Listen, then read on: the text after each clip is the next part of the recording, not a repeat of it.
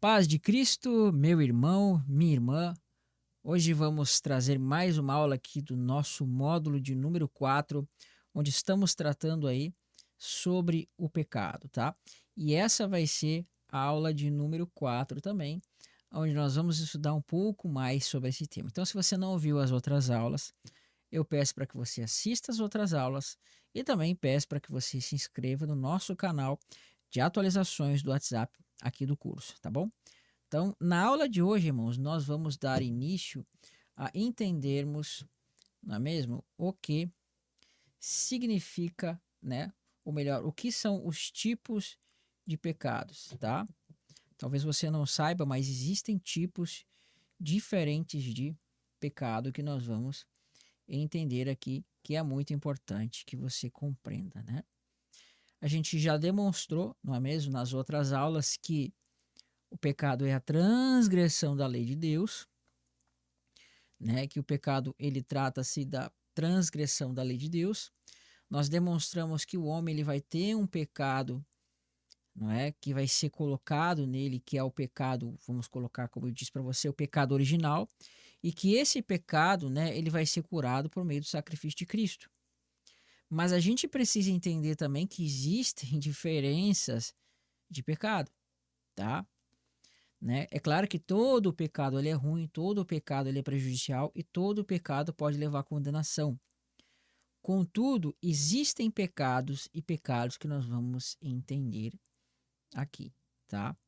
Existem pecados que nós precisamos entender. Então vamos para o próximo slide e vamos ler esse texto assim, porque diz exatamente assim. Vamos lá. Infelizmente, muitas pessoas, né, ensinam. O que elas ensinam? Que não existe diferença entre pecados. E chegam ao ponto de dizer que não há, né, pecadinho e pecadão.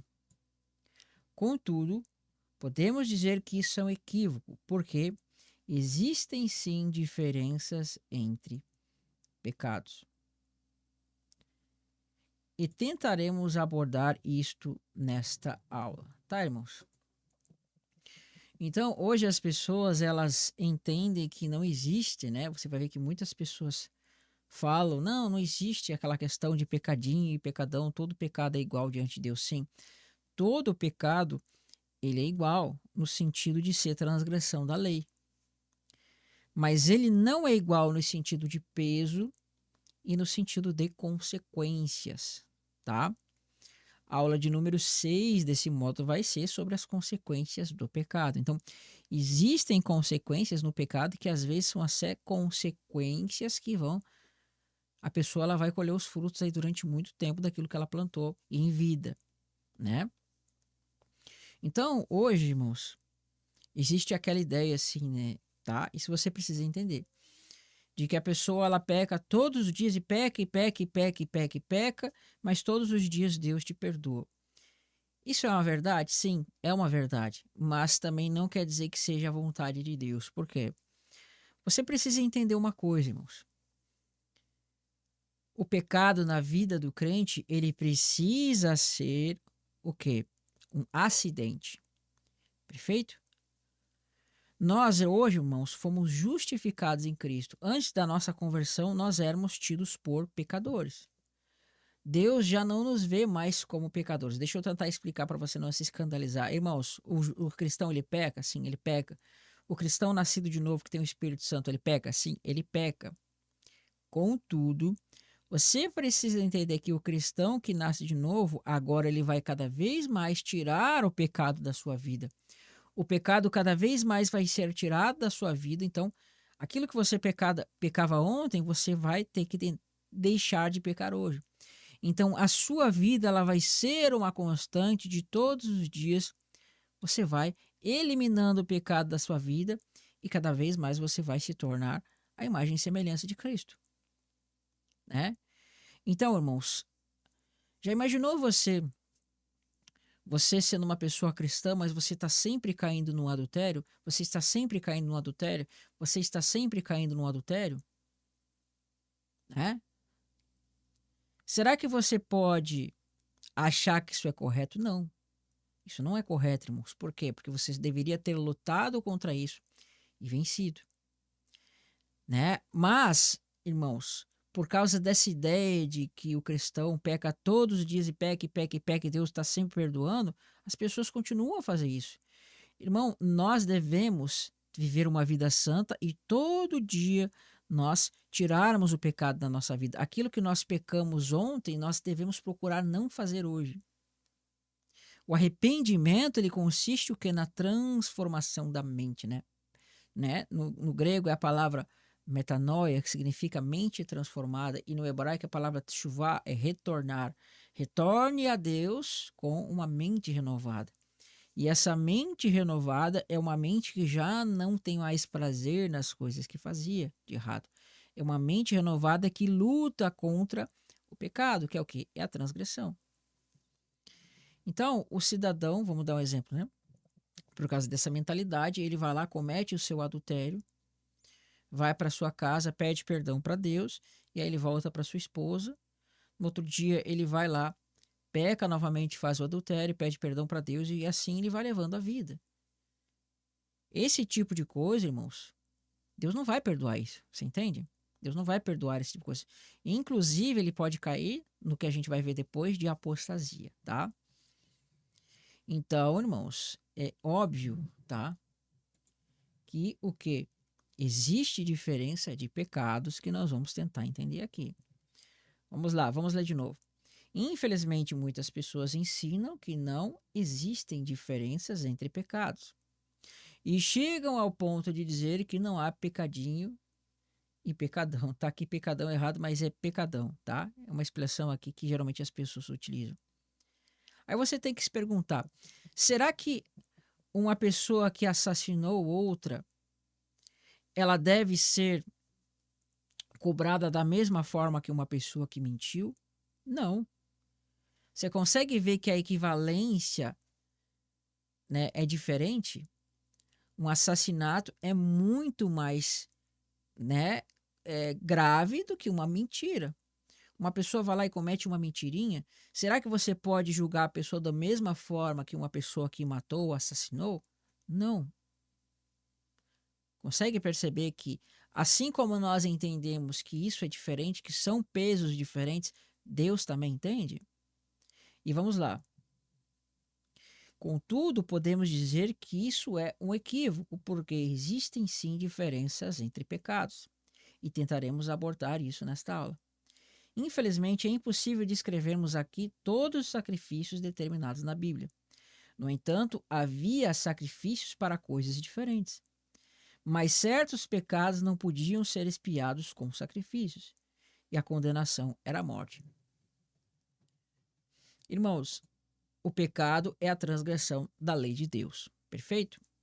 E ainda que nós não estejamos debaixo da lei da primeira aliança, ainda que nós não praticamos a primeira aliança, você precisa entender que aquilo que está na lei é uma figura daquilo que nós vivemos hoje.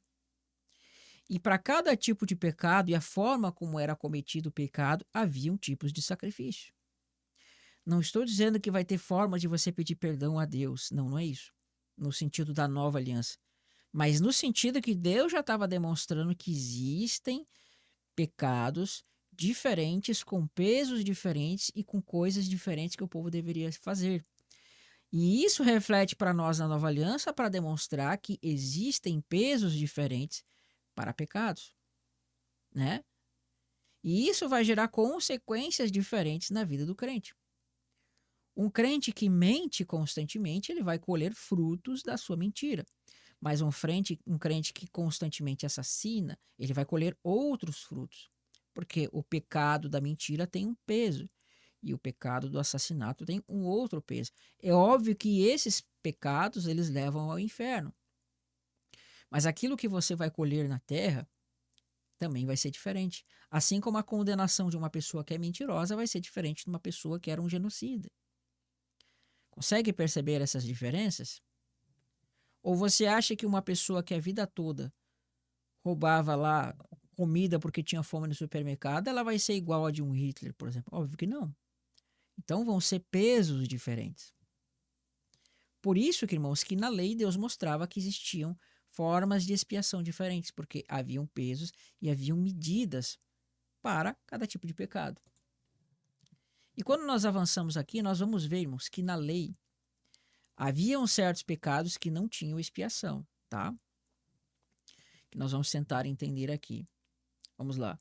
No Antigo Testamento haviam certos pecados que não podiam ser expiados através dos sacrifícios prescritos na lei de Moisés, tá?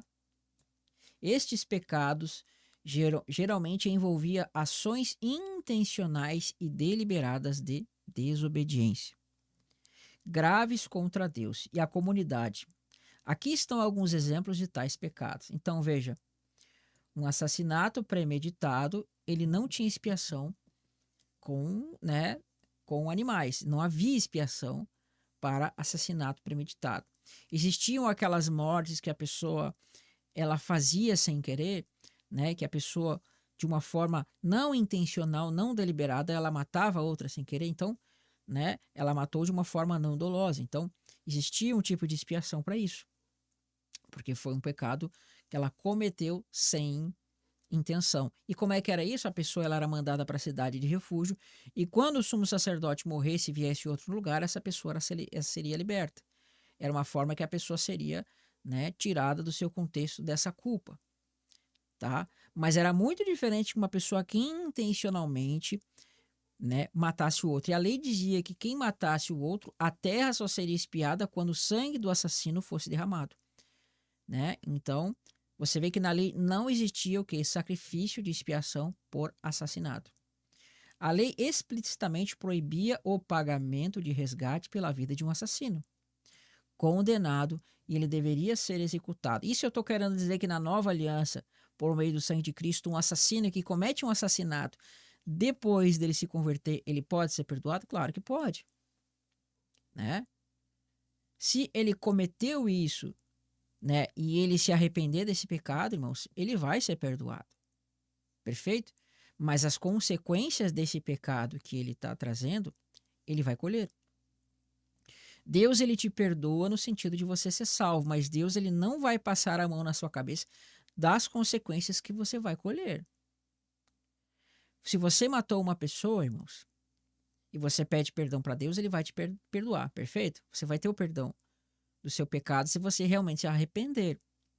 Mas a consequência de você ser preso, de você ser levado para a delegacia e prenderem você numa penitenciária, você vai ter que ser, né? Você vai ser responsabilizado. Por isso, Deus ele não vai passar a mão na sua cabeça. Irmãos, existe prudência diante de Deus, tá? Existe a prudência. Na lei dizia assim que quando um homem fosse construir uma casa de 2 andares e tivesse um terraço, ele precisava obrigatoriamente construir um parapeito. E se a pessoa caísse daquela casa se não tivesse um parapeito, aquele que construiu a casa seria morto ou seria culpado do sangue. Por quê? Porque ele não foi diligente, ele não deu atenção e isso causaria um acidente.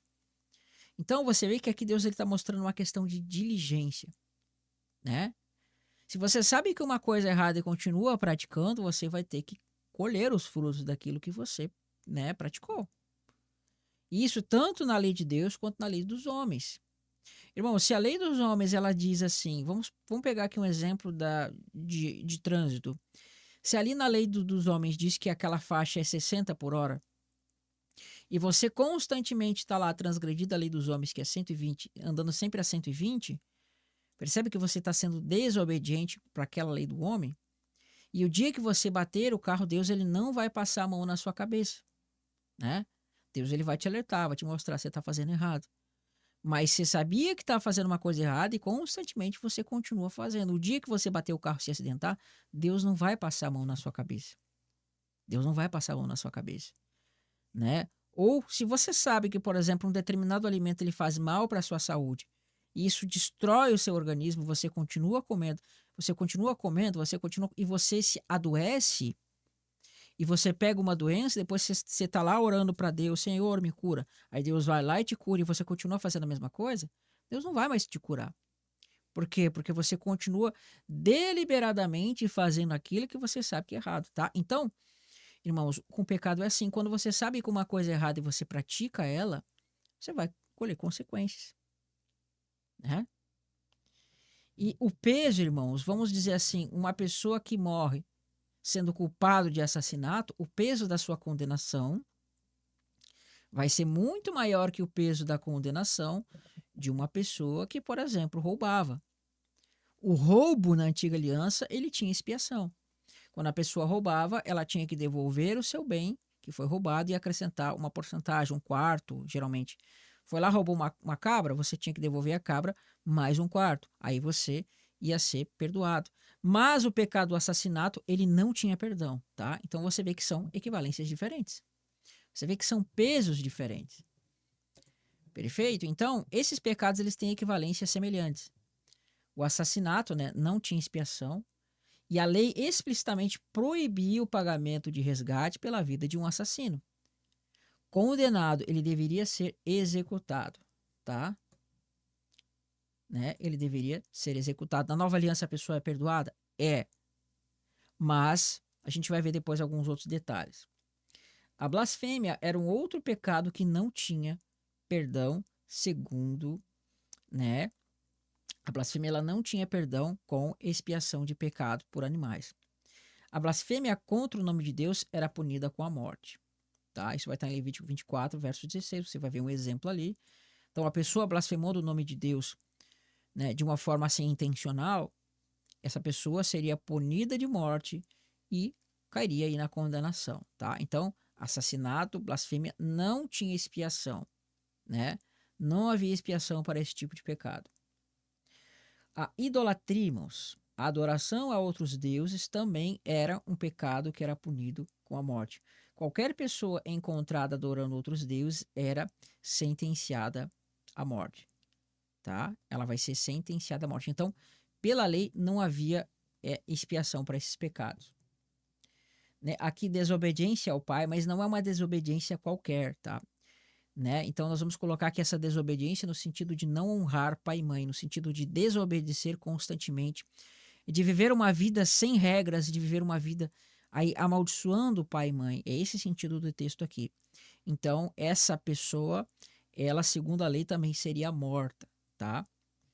Um filho teimoso e rebelde que não obedecesse os seus pais e persistisse em seu comportamento podia ser levado à comunidade e, se considerado incorrigível, seria apedrejado até a morte, tá? Porque aqui você vê que isso aqui é um reflexo. A pessoa, ela constantemente lá, os pais repreendendo, e aí a pessoa não mudava. Por que essa pessoa era levada à morte? Porque ela estaria influenciando outros a fazerem o mesmo, né? E esse é um reflexo daqueles filhos, né, de Deus que começam a desobedecer a Deus e a consequência disso vai ser a morte, tá? Esses aqui são pecados que não havia expiação segundo a lei. Outros pecados que também não tinha expiação segundo a lei era, né, a violação do sábado. Trabalhar no sábado, que era considerado um dia santo de descanso, resultava na pena de morte. A feitiçaria e práticas ocultas também, né? Você participar aí de cultos, de feitiçaria e tudo mais, no contexto de Israel lá, eram pecados sem perdão. Aqueles envolvidos em feitiçaria ou práticas ocultas eram condenados à morte. O adultério, né? Tanto o homem quanto a mulher envolvidos no adultério eram punidos com a morte. Incestos e outros atos sexuais proibidos. Relações sexuais proibidas como incesto eram punidas com a morte, tá? Existiam outros pecados que também eram punidos com a pessoa sendo expulsa do povo. Eu acabei não colocando aqui porque eu esqueci, mas você vai ver que tem pecados que eram punidos com a morte e haviam pecados que a pessoa era expulsa do povo. Ela era mandada embora. Ela era expulsa, ela continuava viva, mas ela era expulsa, né? Então, irmãos, nós vemos que esses atos aqui, eles eram atos pecaminosos e que a punição era a morte, tá? Só que, irmãos, o que que acontece? Existiam outros pecados que tinham expiação, né? Existiam pecados que haviam expiação, existiam pecados voluntários que havia expiação, existiam pecados voluntários que não havia expiação, existiam pecados que a pessoa ela era expulsa do povo, existiam pecados que a pessoa era morta. Percebe que são pesos diferentes? Aí você tem que pensar, irmão, não é porque Deus escreveu certas coisas no Antigo Testamento que você não pode tirar sombras para a nova aliança, né? Uma pessoa que comete uma mentirinha é diferente de uma pessoa que comete assassinatos. São equivalências diferentes, tanto que na lei a mentira ela tinha expiação, mas o assassinato não. Agora, como a pessoa ela seria perdoada do assassinato na Antiga Aliança, né, do adultério? Veja, Davi, ele adultera com Betseba. Segundo a lei, né, a lei não aceitaria sacrifício.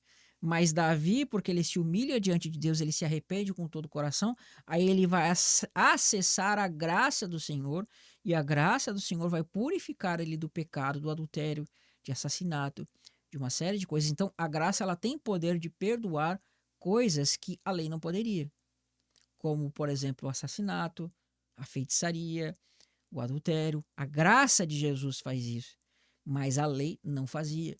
Então, Davi ele foi perdoado mediante a graça do Senhor que ele acessou, mediante a sua fé que ele tinha. Tá? Então, vamos continuar aqui. Estes exemplos mostram que a lei mosaica tinha punições severas para certos pecados graves e que violavam a santidade e a ordem da comunidade israelita. Além dessas punições, havia um conceito teológico importante sobre pecados deliberados, né? Que aqui é muito grave, tá? De mão levantada. Isso vai estar em Números 15, 30 a 31, que se referia a pecados cometidos intencionalmente com arrogância contra Deus. Esses pecados não podiam ser expiados através do sacrifício, resultavam em exclusão da comunidade ou pena de morte. No Novo Testamento, a teologia cristã introduz a ideia de que todos os pecados podem ser perdoados através do sangue de Jesus Cristo, que é visto como o sacrifício definitivo e completo da expiação dos pecados. Perfeito?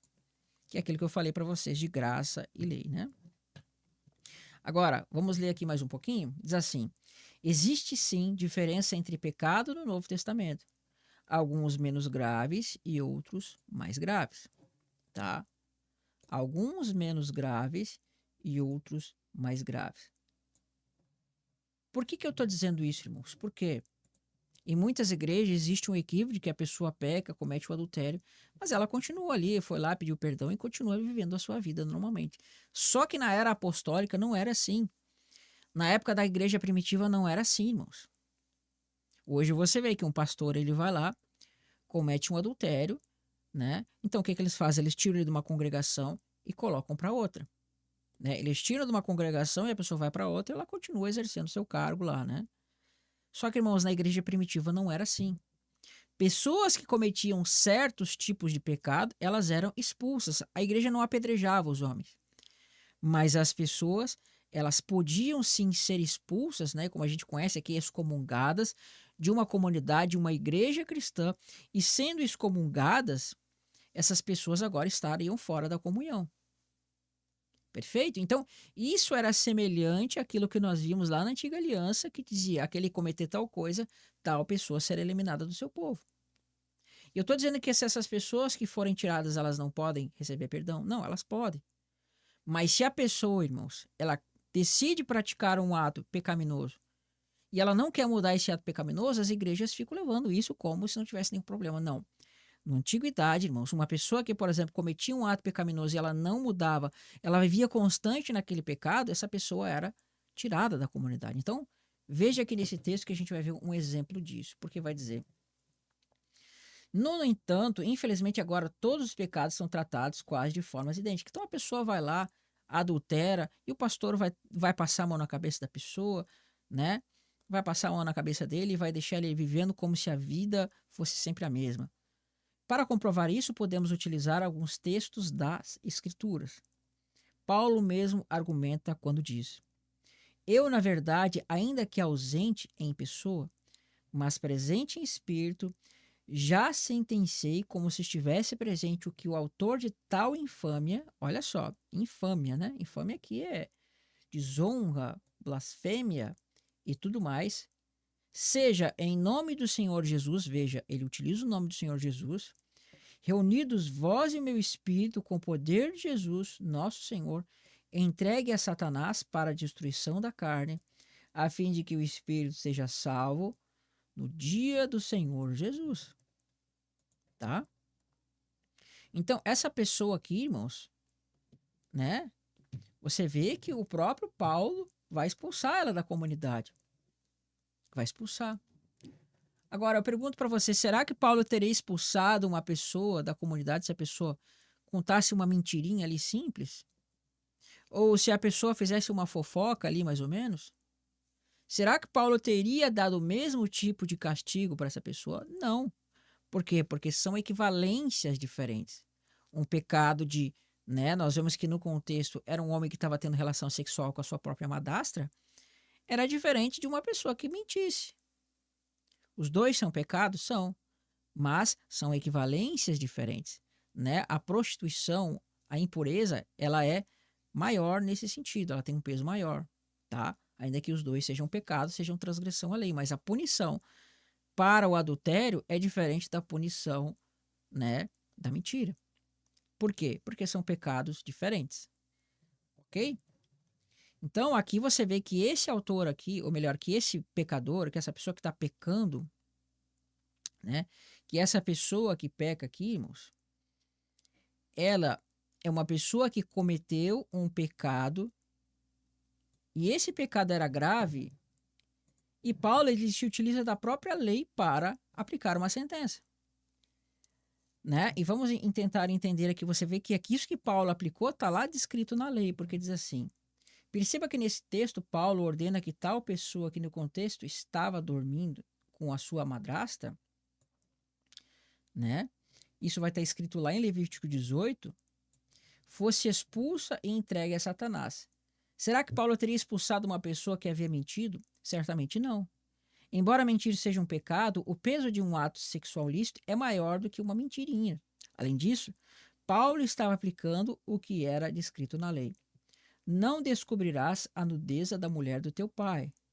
É a nudez do teu pai. Aí ele vai dizer aqui, né? Olha como ele está tirando da lei, né, a punição. Todo aquele que fizer alguma coisa dessas abominações, sim, aqueles que as cometerem serão eliminados do seu povo. E a palavra aqui, eliminados, não é necessariamente a morte, mas é a exclusão, tá? Na lei mandava que a pessoa fosse eliminada do povo, ela fosse excluída do povo, fosse mandada embora. E aqui também Paulo fez exatamente a mesma coisa. Entende? Então, irmãos, na nova aliança, entenda uma coisa. Nós somos justificados do pecado, perfeito? Nós já fomos justificados do pecado. Deus ele não nos vê necessariamente como um pecador. Nós pecamos? Pecamos. Mas o pecado na nossa vida passa a ser um acidente, né? Então é como se você estivesse andando no seu caminho e você tropeçasse. Vamos pegar o exemplo, irmãos. Imagina que você joga futebol uma vez por mês e é isso. Você pode ser considerado como um jogador de futebol profissional? Não, porque você não pratica no sentido de ser uma pessoa que está sempre fazendo aquilo, mas você faz esporadicamente. Então você não é necessariamente um jogador de futebol. Mas uma pessoa que vive, que trabalha em futebol, que ela tem a sua profissão, ela é um jogador de futebol. Ok? Então, assim também Deus não nos vê mais como pecador, mas nós pecamos eventualmente porque Deus nos olha como pessoas justificadas em Cristo, né? Nós não podemos ser. A gente vai fazer um vídeo sobre isso, irmãos, mas nós não somos pecadores segundo Deus. Pecamos, quebramos a lei de Deus, mas como acidente, porque essa palavra pecador no Novo e no Antigo Testamento, ela tem um sentido de ser dominado pelo pecado. Uma pessoa que é escrava do pecado. E o cristão nascido de novo, ele não é dominado pelo pecado. Ele não é uma pessoa que está sendo escravizada pelo pecado, né? Por isso que vai dizer que Deus nos amou quando nós ainda éramos pecadores. Então, hoje você já não é mais visto como pecador, e sim como uma pessoa que peca, tá? O termo pecador no grego e no hebraico significa uma pessoa dominada. Nós podemos entender como aquela pessoa que tem o pecado, a lei do pecado habitando em si e controlando ela. Esse seria o pecador diante de Deus. E aqui você vê que essa pessoa que teve um caso com a sua madrasta, ele fez uma coisa errada, né? E Paulo diz assim, olha, vocês estão se ensoberbecendo, deixando no meio de vós uma pessoa que está cometendo tal infâmia. Vocês não sabem que um pouco de fermento levanta a massa toda? Se aquele povo deixasse que aquele homem ficasse ali no meio deles, o povo ia passar a ser cúmplice de pecado e ia ser condenado junto. Tá? Então Paulo ele vai aplicar uma sentença da lei que expulsava este homem, da onde? Do meio deles. Perfeito? Então você vê que a lei aqui está sendo aplicada nesse sentido, né? E como a gente está falando, Paulo identificou pela lei que este ato imoral era pecado, pois existem coisas na lei que são utilizadas como parâmetros para o Novo Testamento. A mesma punição serão eliminados do seu povo foi aplicada por Paulo ao expulsar o ímpio que cometeu tal coisa. Além disso, o mesmo Paulo fala conforme a lei sobre os que cometem tais pecados, e esses são aqueles pecados que não tinham sacrifício segundo a lei. Sabemos, porém, que a lei é boa, e se alguém dela se utiliza de modo legítimo, ou seja, se você obedece à lei. Tendo em vista que não se promulga a lei para quem é justo, mas para transgressores e rebeldes, irreverentes e pecadores, ímpios e profanos, parricidas, ou seja, e matricidas, mata mãe e pai, homicidas, né, assassinos, impuros que cometem, né, impurezas, sodomitas, raptores de homens, que é você sequestrar pessoas, mentirosos, perjuros para tudo quanto se opõe à sã doutrina. Tá vendo? Então, Paulo está mostrando que a lei ela é aplicada sobre aqueles que transgridem a palavra do Senhor. Ora, conhecendo eles a sentença de Deus, de que são passíveis de morte os que tais coisas praticam, não somente as fazem, mas também aprovam as que assim procedem. Tá? Então, eu juntei em dois textos aqui, né? 1 Timóteo e Romanos, capítulo 1, verso 3:2, tá? Eu juntei dois textos aqui para formar, porque está tratando dos mesmos contextos. Então, você vê que pela lei, Deus estava mostrando e Paulo identificou a relação das transgressões por meio da lei. E por meio da lei, ele viu essa questão, né, da forma como os homens transgrediam e vai aplicar essa punição, tá? Então, é diferente, irmão, a forma como um pecado, né, ele vai ser entendido, o peso que ele vai causar. Perfeito? É claro que um pecado, um abismo vai levando a outro, né? E vai dizer mais o seguinte aqui. O escritor da Epístola aos Hebreus, baseando-se na lei, afirma que aqueles que decidem viver voluntariamente no pecado e rejeitam a palavra de Deus não podem mais participar do sacrifício pelos pecados.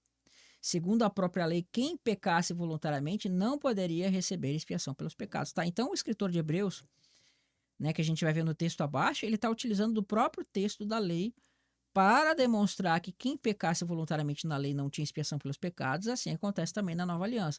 Nós vamos tratar depois, na próxima aula, sobre o pecado contra o Espírito Santo, que é o pecado que não tem perdão, né?